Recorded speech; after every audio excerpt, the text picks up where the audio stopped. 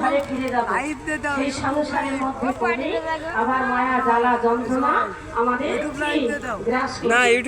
এখানে যতক্ষণ থাকবে কোনো মায়া কোনো জ্বালা কোনো যন্ত্রণা কোনো ক্রেতাবে জ্বালা আমাদের স্পর্শ করতে পারবে না।